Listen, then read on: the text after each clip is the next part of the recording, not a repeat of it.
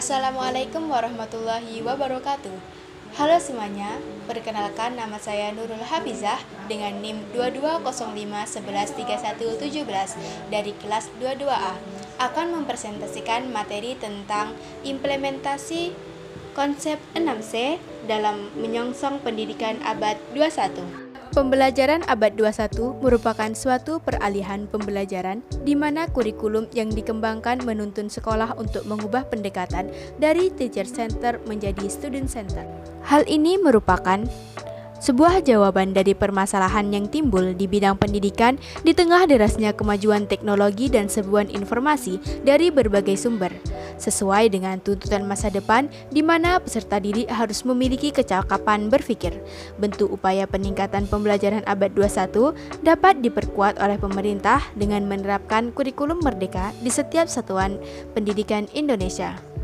Abad 21 ini tengah memasuki era baru, yaitu bukan hanya mengalami globalisasi, tetapi juga merupakan upaya pemulihan pasca COVID-19. Pendidikan bukan hanya berpatok pada seberapa banyak pengetahuan yang didapatkan di dalam kelas, peserta didik juga diharuskan untuk memiliki keterampilan yang mendukung, sehingga peran lingkungan dan teknologi sangat dibutuhkan sebagai fasilitator. Efek dari perubahan kemajuan teknologi dan wabah COVID-19 memaksa dunia pendidikan mengubah gaya belajar mengajar yang berlangsung sebelumnya. Bukan hanya keterampilan 4C yang harus dikuasai, tetapi peserta didik harus menguasai konsep kompetisi 6C. Konsep kompetisi 6C terdiri dari yang pertama, karakter atau karakter. Karakter atau watak dapat diartikan sebagai tingkah laku yang baik dan beradab. Di dalam dunia pendidikan, karakter sangat penting untuk diterapkan kepada peserta didik dalam membentuk jati diri yang baik dan berakhlak mulia. Yang kedua adalah citizenship atau kewarganegaraan. Kewarganegaraan merujuk kepada sifat patriotisme dalam diri peserta didik, yaitu cinta tanah air dan memiliki identitas nasional. Prinsip kewarganegaraan membuat peserta didik tidak hanya memiliki keterampilan akademik saja, tetapi juga harus memiliki jiwa nasionalisme dan mampu mengatasi permasalahan global, kepekaan, dan rasa hormat terhadap budaya lain, dan terlihat aktif dalam pelestarian lingkungan.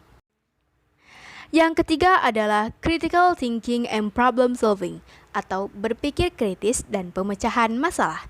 Dari sudut pendidikan, pemikiran kritis tujuannya adalah untuk membuka pemikiran peserta didik dalam menilai ide-ide yang diterima secara rasional sehingga mampu membuat pertimbangan mengenai ide tersebut dengan alasan yang wajar.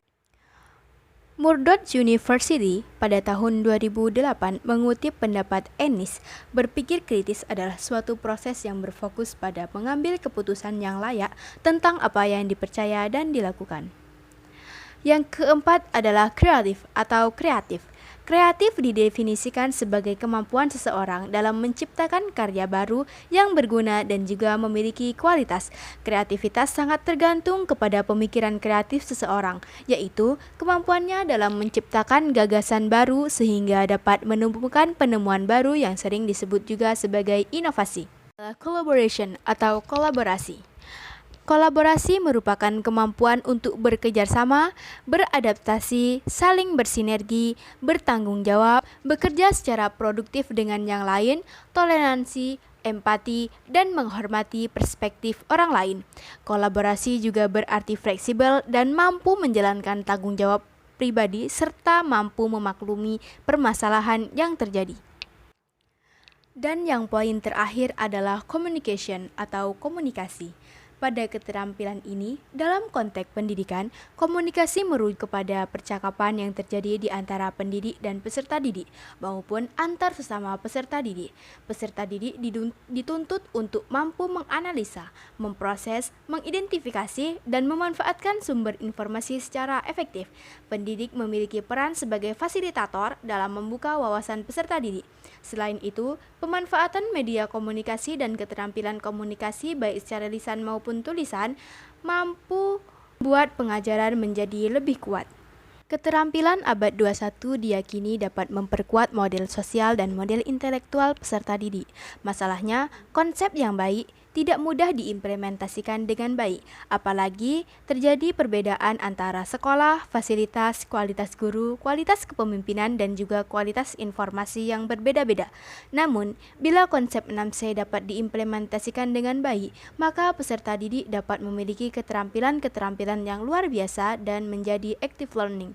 Dalam pengimplementasian keterampilan 6C, sangat perlu ditekankan mengenai pentingnya tahap operasional pelaksanaan 6C ini di setiap lembaga pendidikan, sehingga memungkinkan untuk diterapkan. Selain itu, Kemendikbud juga memiliki peran untuk mendampingi dan mengawasi pelaksanaan pembelajaran, sehingga keterampilan abad 21 ini benar-benar dapat dimiliki oleh peserta didik dan tidak hanya sebatas pada konsep yang bagus.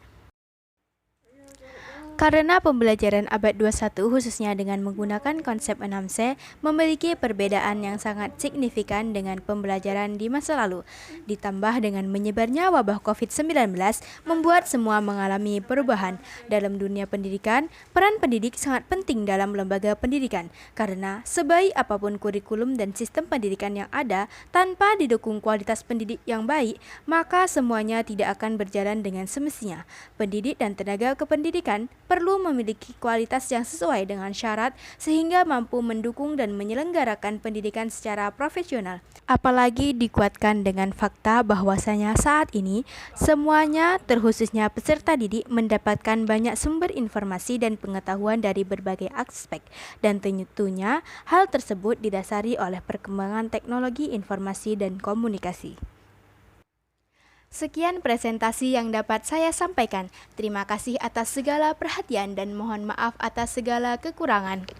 Jika ada kritik dan saran, silahkan tulis di kolom komentar. Jangan lupa subscribe, like, dan share.